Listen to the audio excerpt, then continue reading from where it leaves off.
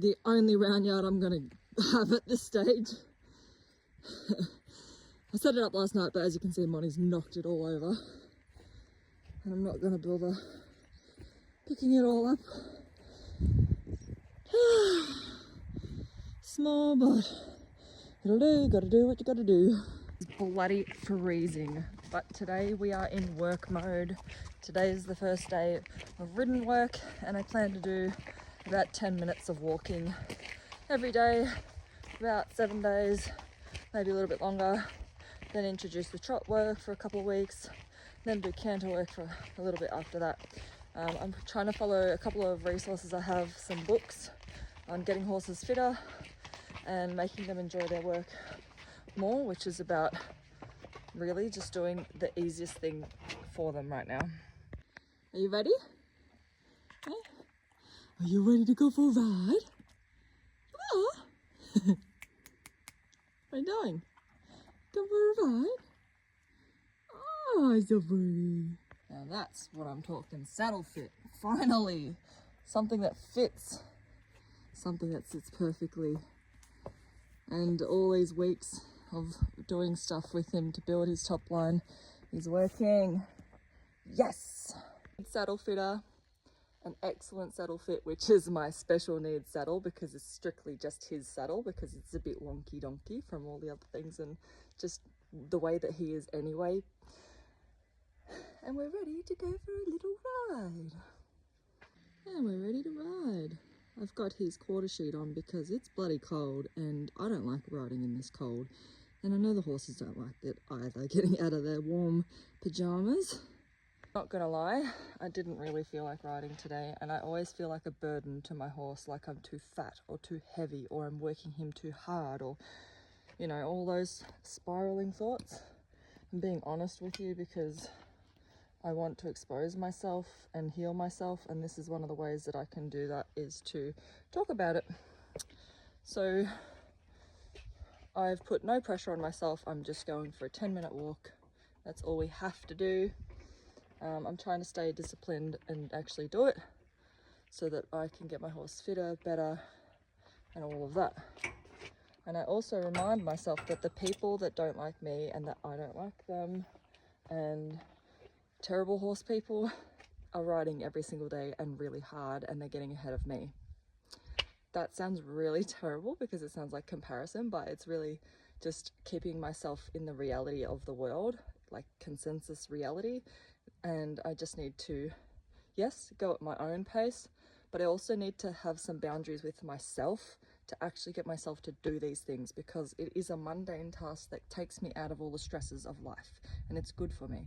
It's just like the gym. It's like I don't really want to go, but I know when I go to the gym afterwards I feel really great. So, and I know it's for the greater good for both me and my horses.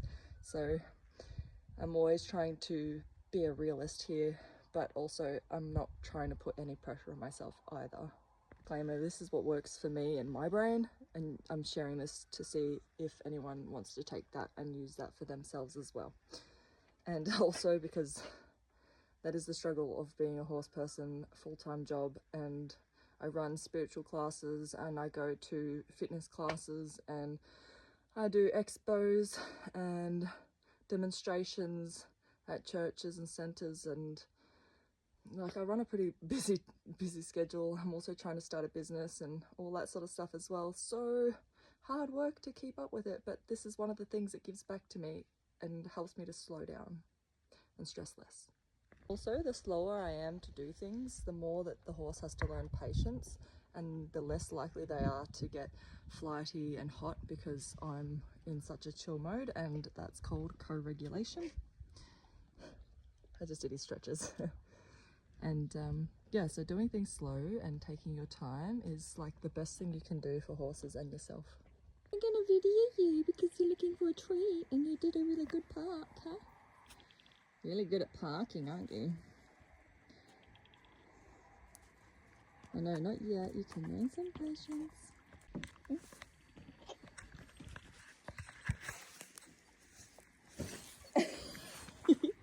You're so funny.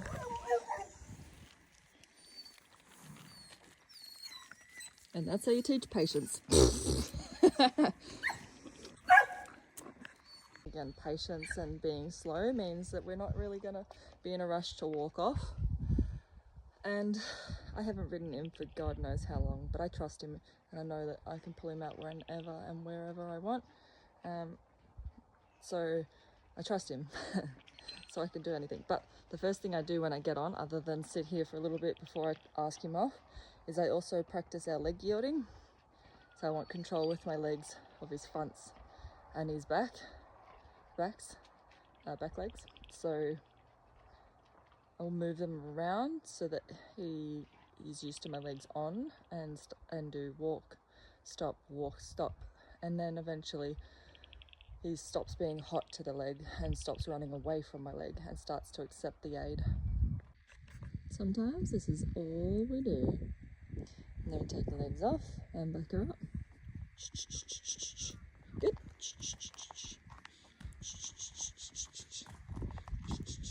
Good. Good.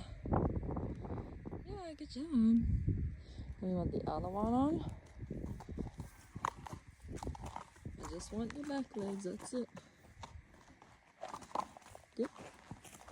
Just your back legs. Just your back legs. Roll back.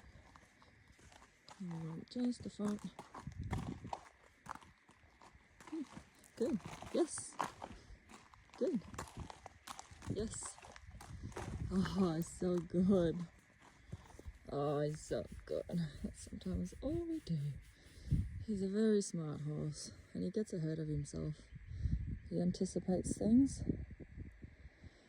which causes a lot of anxiety, and because he's a good horse, it's hard not to do so many things with him because he just gets it so well.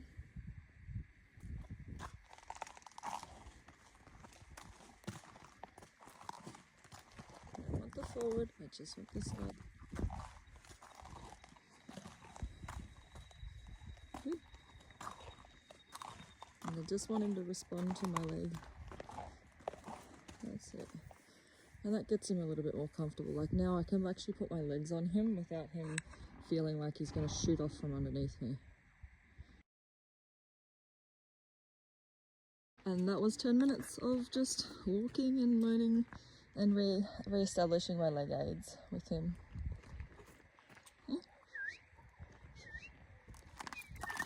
Good job. So good. Yes, I use treats because this horse has had some terrible times and also with me. So using treats helps him stay engaged with his work and thinking about what the answer is instead of shutting down and running off.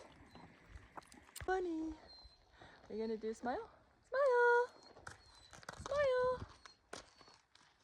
Smile! Smile!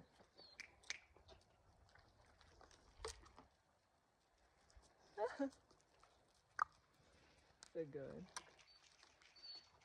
Now I could do more with him because he is looking at me like, what? That was all? But at the same time, I don't want to ruin the relationship and I don't want to ruin his work ethic, and I'd rather quit while I'm ahead because he's still looking for the answers and still happy to be here and surprised that I ended the session so soon after like bugger all work for him, which is good for him because it teaches him to slow down and it teaches me to slow down. Which means we both stay regulated. There's no dysregulation in the ride, which means there's no rupture to our relationship that needs repairing. And then also it means that next time he'll be looking forward to it a little bit because he knows that nothing bad went wrong, that happened, you know? And this is what you want as well. After a ride, you can still fit your fingers under it. I know we only walked a couple of steps and stopped and walked and stopped and then did some leg aid stuff. But even that used to make him really sore. And now I can run both my fingers down up his spine with a fair bit of pressure, with no twitching and no reaction. Also, he's just walking off because he gets a bit impatient. He's like, food time. Again, this is why it's important to go slow with him.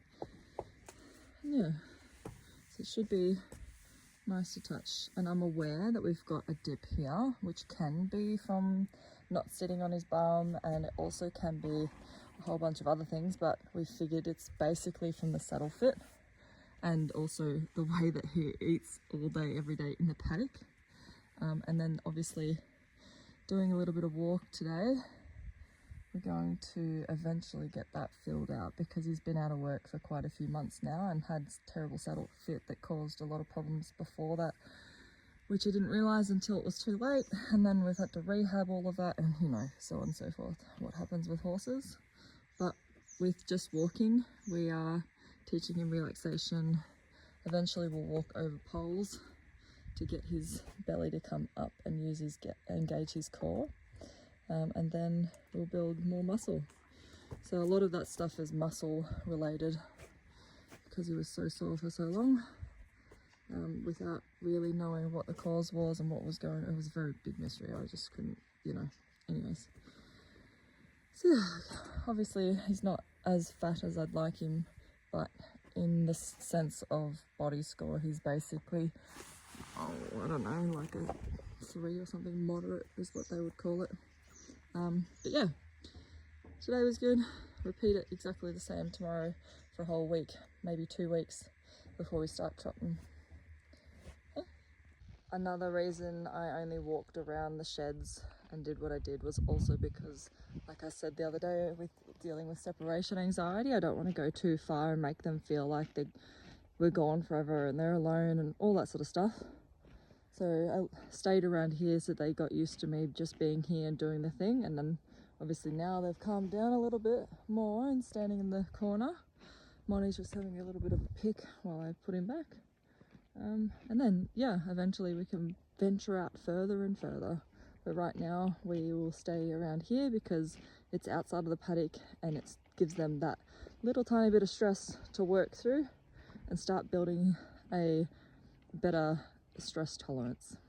Another thing I wanted to add is that if I get sore from riding, I've overdone it.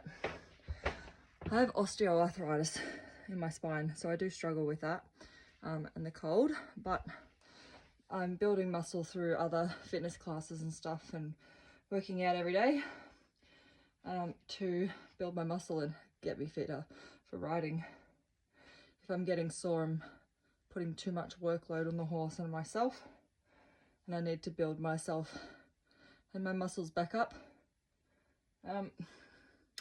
outside of the saddle before I get in the saddle. So that's a little handy tip for anyone that's struggling to ride. Just pick up a fitness class or just start doing home exercises. It doesn't have to cost you anything, and your horse and your future self will thank you.